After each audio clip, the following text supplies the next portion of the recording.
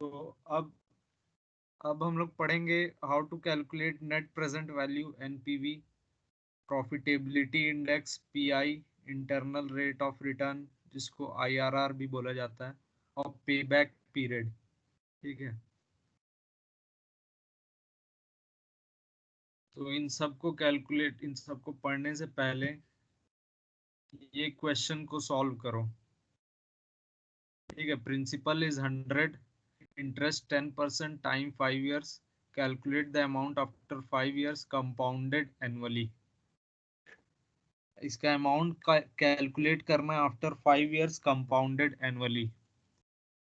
तो सिंपल सा क्वेश्चन है, जल्दी इसको करके बताओ, फिर आगे बढ़ते हैं।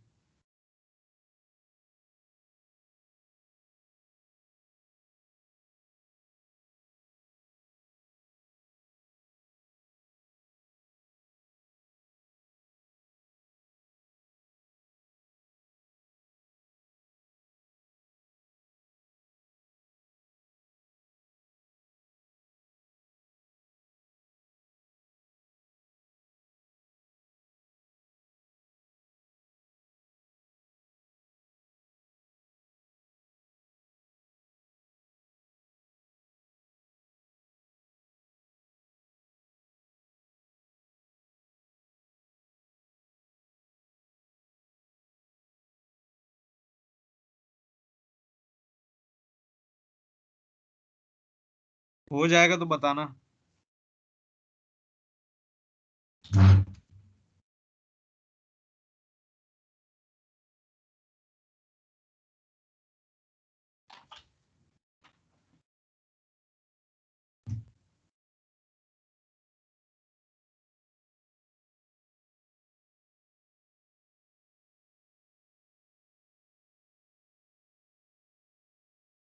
So 261.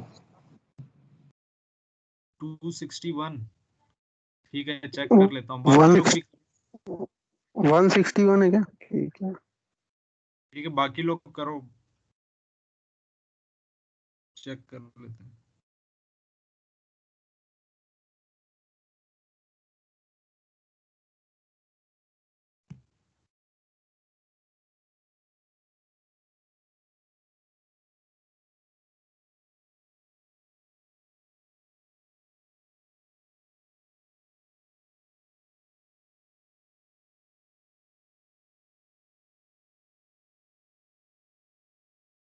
आशीष साहू कितना है बताओ? हाँ 1661 है। कितना? 161? Yes sir.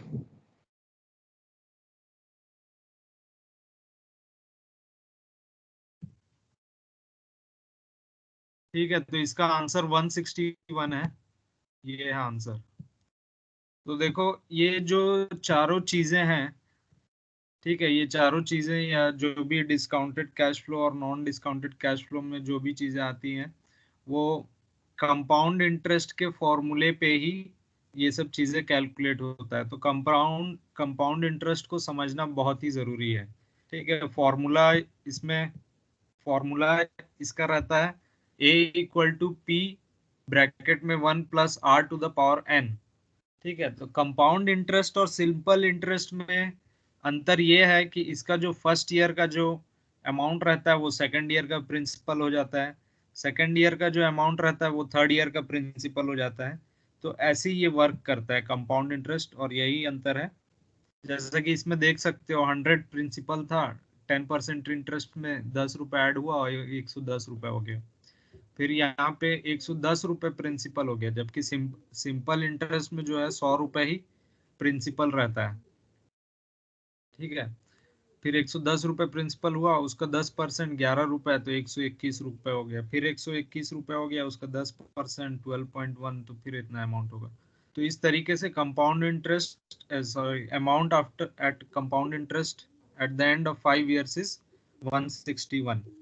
तो कंपाउंड इंटरेस्ट के प्रिंसिपल पे ही, कैलकुलेशन और फॉर्मूले पे ही ये सब चीजें जो है कैलकुलेट की जाती हैं।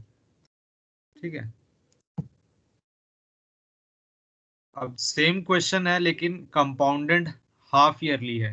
पहला था, इसके पहले वाला जो क्वेश्चन था वो कंपाउंडेड एनुअली था। ये जो क्वेश्चन है ये कंपाउंडेड हाफ ईयरली है। कंपाउंडेड हाफ ईयरली को कैसे करोगे, जल्दी करके बताओ, इसका क्या होगा आंसर?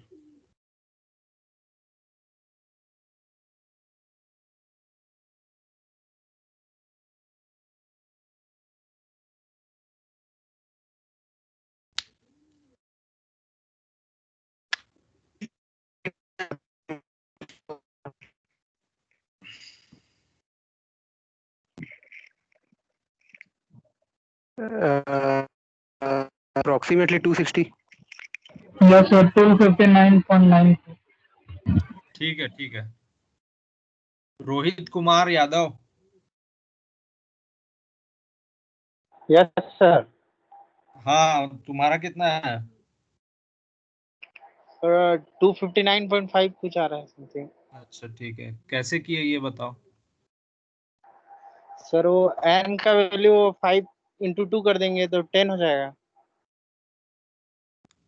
n का वैल्यू 5 × 2 कर देंगे, 10 हो जाएगा। गुड। और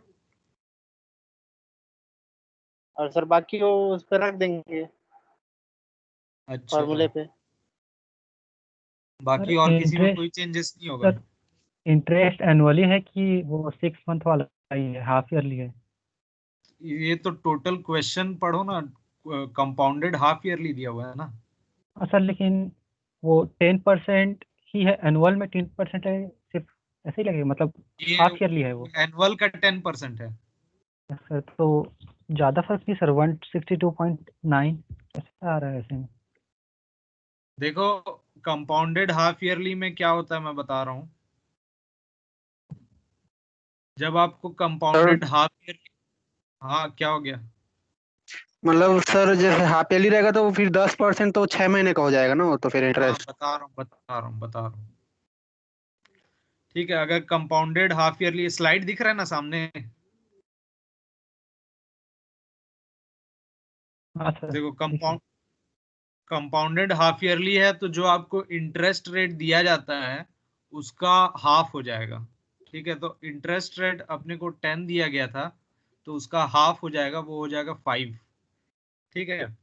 और जो टाइम पीरियड रहता है वो 2 टाइम्स हो जाएगा। मतलब टाइम पीरियड अपने को क्या दिया हुआ था, 5 इयर्स, तो उसका 2 टाइम्स हो गया 10 इयर्स।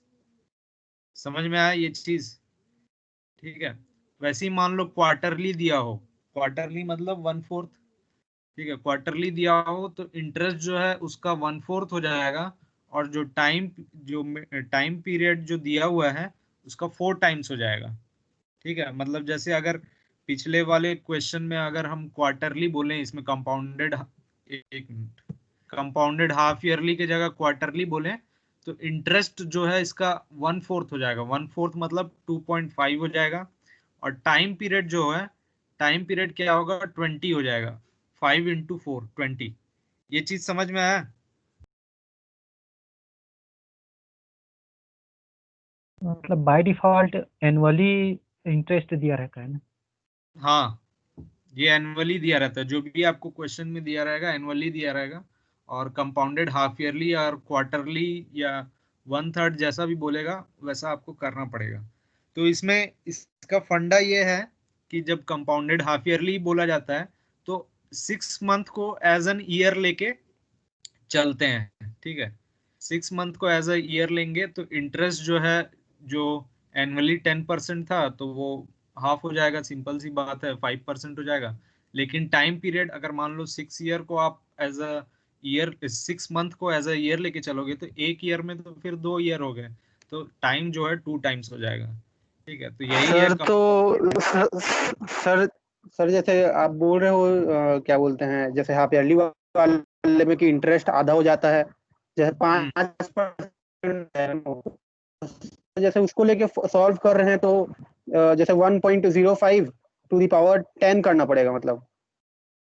1.05 टू द पावर 10, हाँ ठीक है। और फिर 262 वहीं पर आ रहा है, वहीं आसपास ही आ रहा हाँ ठीक है, तो कोई आंसर देख लो, आपस में चेक कर लो इसका आंसर, फिर मैं नोट डाउन करना भूल गया हूँ। आंसर देख लो 162 आ रहा है। तो वो इंटरेस्ट शायद हाफ होता है कि नहीं सर, वो मतलब क्या है उस पर डाउट है सर मुझे। शायद नहीं होता है सर, क्योंकि हम लोग तो ईयर एक को तो मिनट वो वेट। कर ले रहे हैं, डबल कर ही ले रहे हैं, ईयर को मतलब वो मान रहे हैं हाफ ईयरली।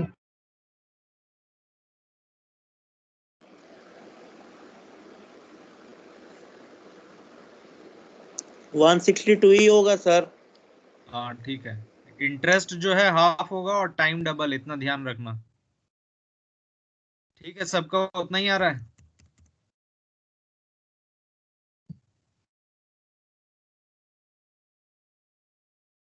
सर ठीक, अब आ जाते हैं अपने नेट प्रेजेंट वैल्यू पे। नेट प्रेजेंट वैल्यू क्या होता है? तो नेट प्रेजेंट वैल्यू को एनपीवी बोला जाता है शॉर्ट फॉर्म में। और एनपीवी एनवीपी क्या होता है पता है ना? Natural ventilating pressure. Yes. So this is the present value of each of individual cash flows. The net present value assuming a minimum acceptable discounted rate I% is.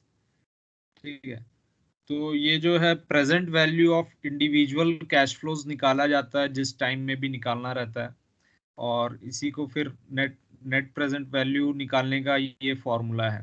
तो minus x not plus x1 upon 1 plus I to the power 1, x2 1 plus I to the power 2, x3 1 plus I to the power 3, this। अब इसमें x not x1 क्या है, I क्या है, ये देख लेते हैं। ठीक है, x नॉट जो है ये इन्वेस्टमेंट है। आपने किसी भी टाइम में इन्वेस्टमेंट किया तो ये x नॉट है, तो ये माइनस में दिखाया गया है। ठीक है, माइनस से जनरली डिनोट किया जाता है। अगर माइनस नहीं भी रहता है तो आपको समझ जाना है कि एट दैट टाइम जो है वो इन्वेस्टमेंट किया गया है। ठीक है, फर्स्ट ईयर में, अब फर्स्ट ईयर में कितना अर्निंग हो रहा है या कितना प्रॉफिट हो रहा है वो x1 है। ठीक है, और आई जो है वो डिस्काउंटेड रेट है, चाहे 10% हो 5% हो जो भी हो, और 1 जो है टाइम पीरियड है। तो पहले साल में आपको कितना भी मिल रहा हो तो वो फिर निकालते हैं। ये एक्चुअली हम क्या निकाल रहे हैं, x1 का value with respect to x naught. मतलब जब हमने x नॉट इन्वेस्ट किया था तब x1 का वैल्यू जो है वो कितना था। सपोज आज अगर हम 1 लाख इन्वेस्ट कर रहे हैं और 10 साल बाद जाके हमें 1 लाख मिलेगा, तो हम ये नहीं बोलेंगे कि मुझे प्रॉफिट हुआ है, सॉरी, या नो प्रॉफिट या नो लॉस हुआ है, ऐसा नहीं हुआ है। क्योंकि 10 साल बाद जो है 1 लाख की वैल्यू आज के 1 लाख जितनी तो नहीं रहेगी। ठीक है, तो वही हम इसमें कर रहे हैं कि x1 पहले ईयर में जो भी कैश फ्लो हुआ उसको हम with respect to that time निकाल रहे हैं जब हमने इन्वेस्टमेंट किया था। ठीक है, सिमिलरली वैसा ही है, सेकेंड ईयर में जो भी कैश फ्लो हुआ है x2, हम उसको उसका वैल्यू निकाल रहे हैं with respect to x naught, उस टाइम में जब हमने इन्वेस्टमेंट किया था। सिमिलरली वैसा ही है थर्ड ईयर में, फोर्थ ईयर में। तो ये यहाँ पे 1 2 3 जो दिख रहा है I1 plus I to the power, ये जो है टाइम है। ठीक है, और ये x1 x2 x3 जो है कैश इनफ्लो है, कि कितना अपने को प्रॉफिट, कितना भी कैश इनफ्लो हुआ after the investment, first year second year third year. ठीक है, और जो x नॉट है वो इन्वेस्टमेंट है। अब हम इसको टोटली काउंट करेंगे, टोटली ऐड करेंगे, तो जो भी आएगा वो होगा net present value. Net present value में ये ध्यान रखना कि इन्वेस्टमेंट माइनस होता है, और फिर जो भी प्रॉफिट मिला, जाहिर सी ये तो कॉमन सेंस वाली बात है, सीधी सी बात है कि इन्वेस्टमेंट जो करेंगे और जितना प्रॉफिट होगा तो इन्वेस्टमेंट माइनस करके ही फिर वो निकालेंगे प्रॉफिट या जो भी अर्निंग होगा, तो उसी को नेट प्रेजेंट वैल्यू बोला जाता है कि आपका नेट प्रेजेंट वैल्यू क्या है। ठीक है, where x naught is investment and x1 x2 x3 xn are the cash flow in the year 0 1 2 3। ठीक है, तो ये चीजें समझ में आई, कोई डाउट? सर x1 0 के लिए है, 0th ईयर? नहीं, x1 तो फर्स्ट ईयर के लिए है, बोल तो रहा हूँ। जीरो ईयर मतलब जिस ईयर हमने इन्वेस्टमेंट किया। एक मिनट, एक Yes, एग्जांपल से दिखा देता हूँ। ठीक है, जैसे मान लो ये एक एग्जांपल है, इन्वेस्टमेंट किया हमने, तो जीरो जीरो ईयर जो है इसी को लिया जाता है। जब हमने इन्वेस्टमेंट किया तो जैसे 25,000 का इन्वेस्टमेंट किया, फिर अपने को कितना मिला, 10,000, 15,000, 13,000 ऐसा मिला। तो हम जो है 10,000 का वैल्यू निकालेंगे जब हमने 25,000 इन्वेस्ट किया था, with respect to that discounted rate जो भी हो। ठीक है, वैसे ही 15,000 का वैल्यू निकालेंगे विथ रेस्पेक्ट टू जब हमने 25,000 इन्वेस्ट किया था, तब उस टाइम 15,000 का कितना वैल्यू होगा। ठीक है, 13,000 का वैसे ही वैल्यू कितना होगा जब हमने 25,000 इन्वेस्ट किया था। तो मैंने जैसे कि बोला कि आज अगर हम 1 लाख इन्वेस्ट कर रहे हैं और अगर 10 साल बाद हमको 1,10,000 या 1,20,000 भी मिले, तो उसकी वैल्यू उतनी नहीं होगी आज के वैल्यू के हिसाब से, वो 1 लाख से कम ही होगी आज की वैल्यू। ठीक है, तो वही हम कैलकुलेट करते हैं कि इस चीज की वैल्यू आफ्टर जो 1 ईयर है, वो जब हमने इन्वेस्टमेंट किया था तब इसकी वैल्यू कितनी थी, और टोटल फिर ऐड करके करते हैं कि नेट प्रेजेंट वैल्यू जो है कितना हुआ, इसी को बोलते हैं नेट प्रेजेंट वैल्यू। एक बार फिर से इस स्लाइड को देख लेते हैं। This is the present value of each of the individual cash flows. ठीक है, each of the individual cash flows ये बोला जा रहा है। Each of the individual cash flows, जो भी आपने इन्वेस्टमेंट किया, प्रॉफिट हुआ, जो भी हुआ, everything is a cash flow. जब कैश फ्लो हो रहा है तो कैश फ्लो है। The net present value assuming a minimum acceptable discounted rate I%। ठीक है, डिस्काउंटेड रेट वही है जिस रेट से पैसे का वैल्यू चेंज हो रहा है। ओके, तो ये समझ में आ गया होगा मेरे ख्याल से सबको। किसी को कोई डाउट है तो फिर बताओ। yes. हम्म, बोलो।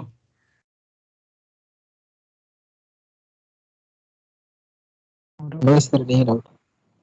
पार्थ वर्मा कुछ बोल रहा था। सर सर मतलब एन एन ईयर्स के है बाद doubt। उसका नेट प्रेजेंट वैल्यू कैलकुलेट करने का फॉर्मूला है सर ये। हाँ, yes sir. Parth Verma. Clear sir, वही वो यानी कि सेंटेंस में ना x1 x0 0th ईयर में ऐसा लग रहा था, तो कंफ्यूजन हो रहा था। नहीं नहीं, ठीक है, एक एक प्रॉब्लम सॉल्व कर लोगे तो कंफ्यूजन दूर हो जाएगा। Yes. ठीक है, तो यही है आपका नेक्स्ट क्वेश्चन, इसको सॉल्व करके बताओ इसका कितना आंसर है।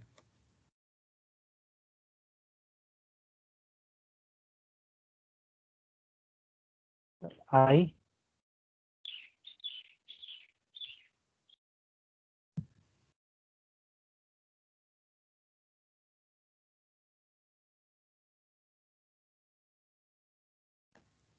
सर I कितना लेंगे? क्या बोले, नहीं सुनाई दिया। I कितना लेंगे सर सर? आई कितना लेंगे? आई 10%? अच्छा अच्छा, आई 10% लो। I एक मिनट, हाँ 10% ही लिया गया, 10% लो आई। और टाइम तो 1 2 3 तो इंडिकेट किया ही हुआ है। ठीक है, और कुछ का जरूरत नहीं है, एनपीवी निकालना है आपको।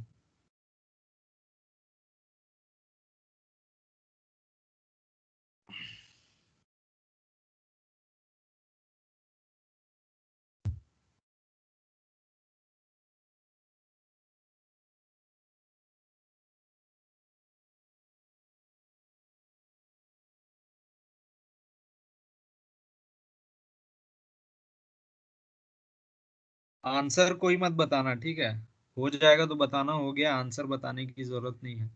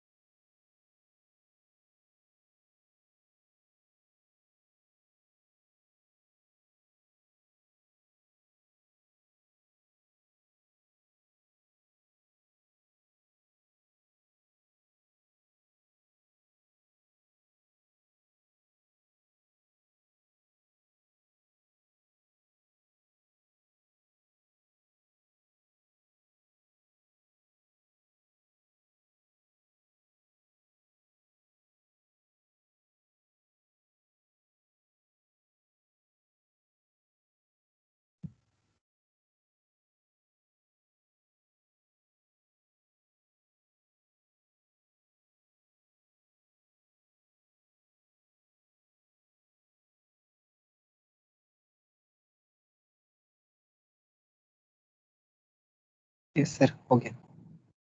ठीक है।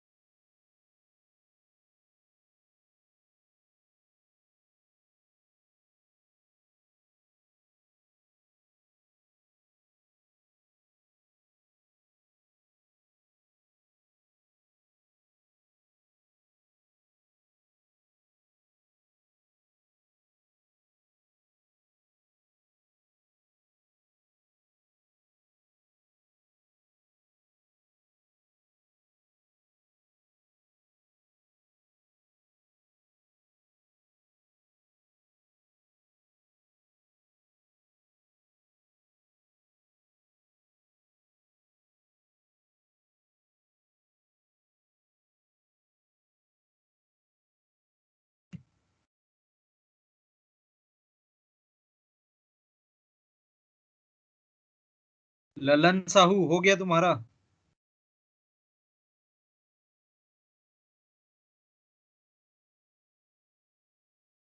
हाँ सर हो गया। हो गया है। कितना आंसर आया? 6254.6952 6254 आ रहा है सर। 6000 कुछ आ रहा है। नहीं, आंसर तो ये है 9359 मेरे ख्याल से। निखिल कितना आया? इस सर मेरा भी उतना ही आया 6245। अरे ये कैसे गलत आ रहा है क्या ये?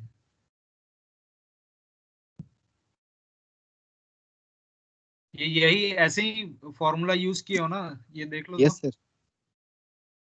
34359 आ रहा है। वही है। 10,000 बाई टोटल सम 31254 आ रहा है। मतलब उसका फिर माइनस 2500 जो किए हैं 25,000 तो 6254 आ रहा है।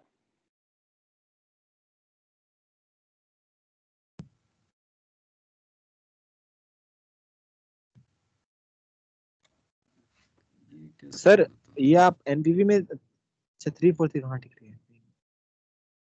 अच्छा ये फर्स्ट ईयर 3413 है क्या? फर्स्ट ईयर का जो वैल्यू ये कितना आ रहा है? 10,000 upon 1 plus 0.1 to the power 1। 9,000 something. इस 9090 मैं पॉइंट में निकाला मतलब 10,000 को पॉइंट में लेके चल रहा हूँ।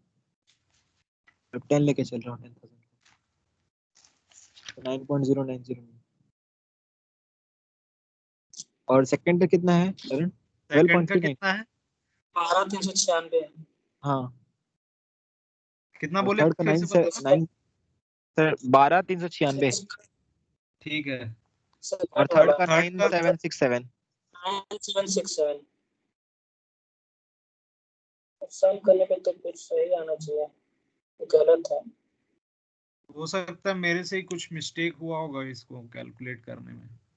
सर 31,000 आएगा वो टोटल। 31,000 आएगा ना? यस सर 254.69 ऐसा।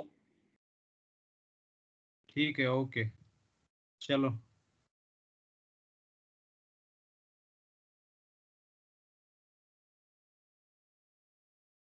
तो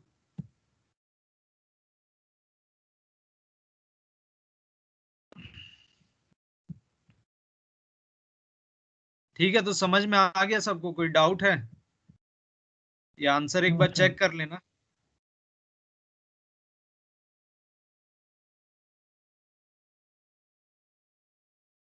अब आगे प्रॉफिटेबिलिटी इंडेक्स भी देख लेते हैं।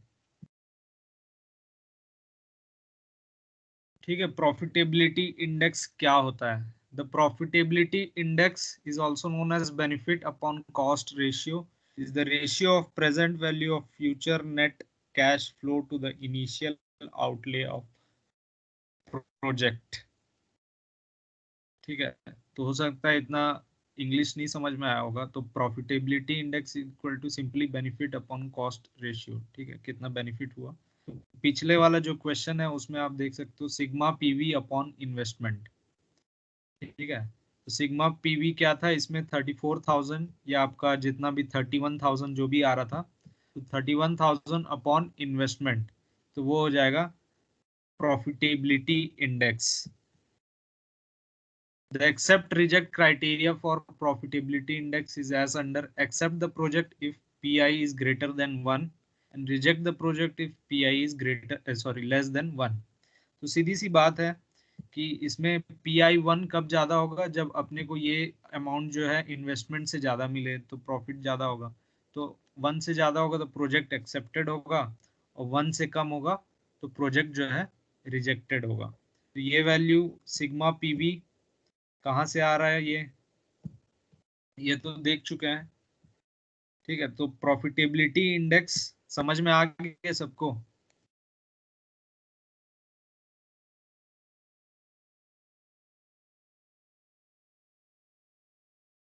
Yes sir. ठीक है, किसी को कोई डाउट?